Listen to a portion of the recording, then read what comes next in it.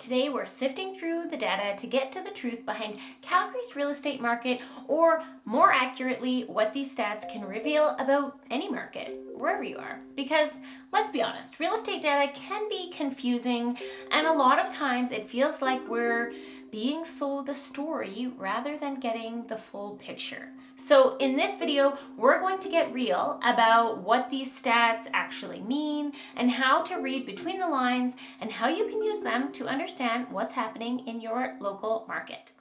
I'm Dawn, and my goal with this channel is to help you grow your wealth through real estate. If you're getting any value from my videos, please like and subscribe so you don't miss the next one.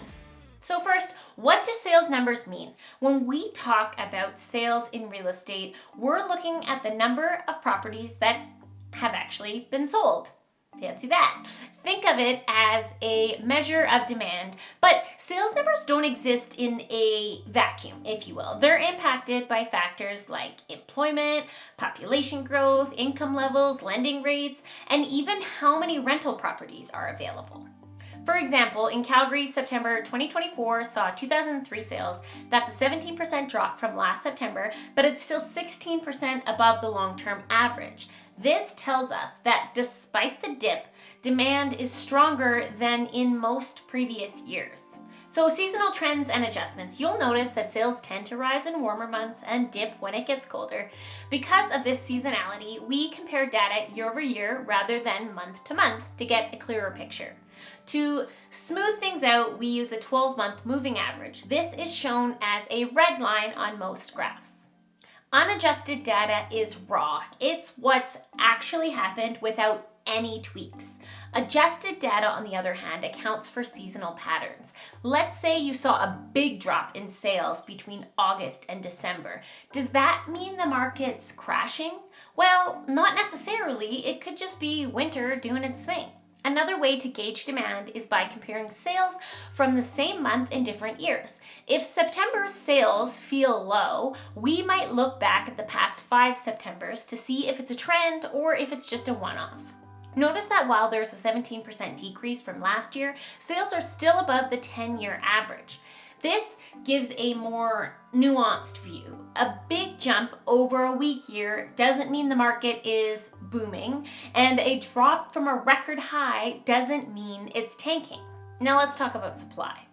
Inventory represents the total number of active listings at a given time, while new listings only shows how many properties were newly added. So, for example, September 2024, new listings rose to 3,687 units, but our inventory was 5,064, almost double what we saw in the spring. But even with this increase, inventory levels were below the usual 6,000 listings for September. Now, here's a key term: months of supply. It tells us how long it would take to sell all current inventory at the current sales pace. For instance, Calgary had 2.5 months of supply in September 2024, which means the market still favors sellers, though not as aggressively as earlier this year. At that point, we are right on the cusp of a balanced market. When months of supply are high, above 4 months, there's more inventory than demand, favoring buyers. When it's low, below 2.5 months, sellers hold the cards, and in between, we find balance. Now, why does months of supply matter? As inventory rises relative to sales, prices tend to stabilize or decline. In September, the total residential benchmark price for Calgary was $596,900, a slight dip from August, but still 5% year over year.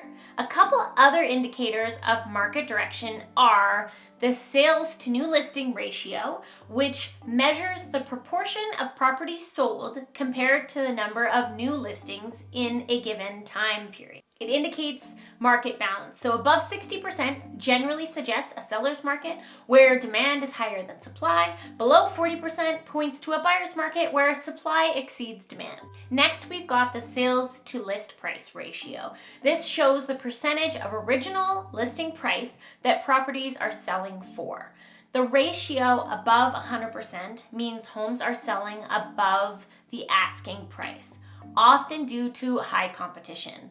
A ratio below 100% suggests buyers have more negotiating power. If you've watched any of my market update videos lately, you will know I track the sales to list price ratio as we've seen it come down with less homes selling at or over list price since May. Switching gears a bit, we're going to look at the MLS Home Price Index, or HPI. It's more than just a number. It's a powerful tool that tells you what's really happening beneath the surface of average prices.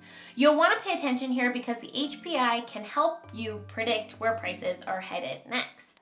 This is a sophisticated tool used to measure home price levels and trends really across Canada. Unlike average or medium prices, which can be misleading due to large swings in high or low price sales, the HPI tracks a typical home based on attributes valued by buyers.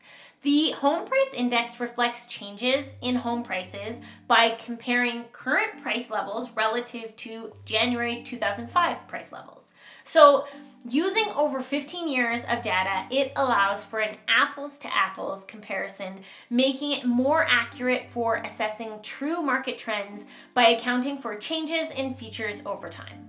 You will see this number in our community stats package, and it's pretty neat to track where the community trends over the years.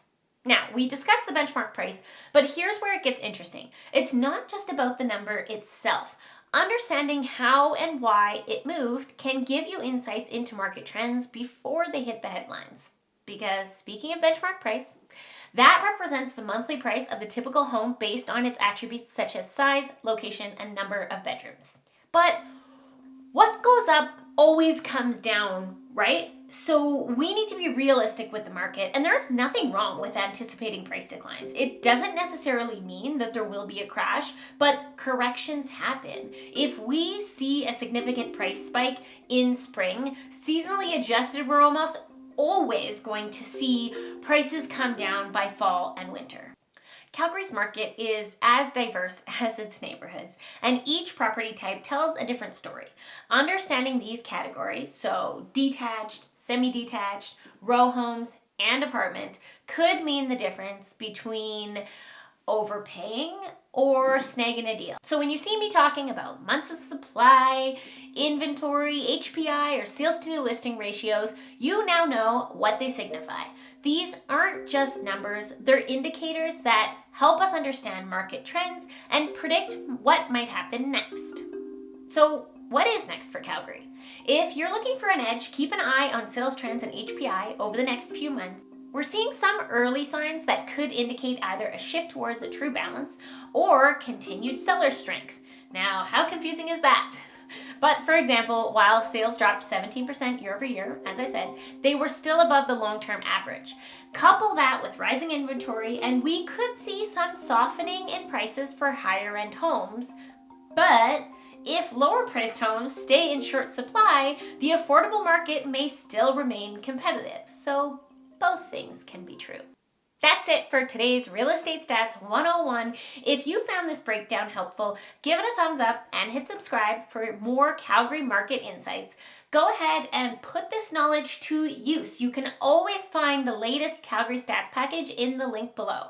If you have any questions, drop them in the comments and I'll be sure to cover them in future videos. Thanks for watching, and I'll see you soon.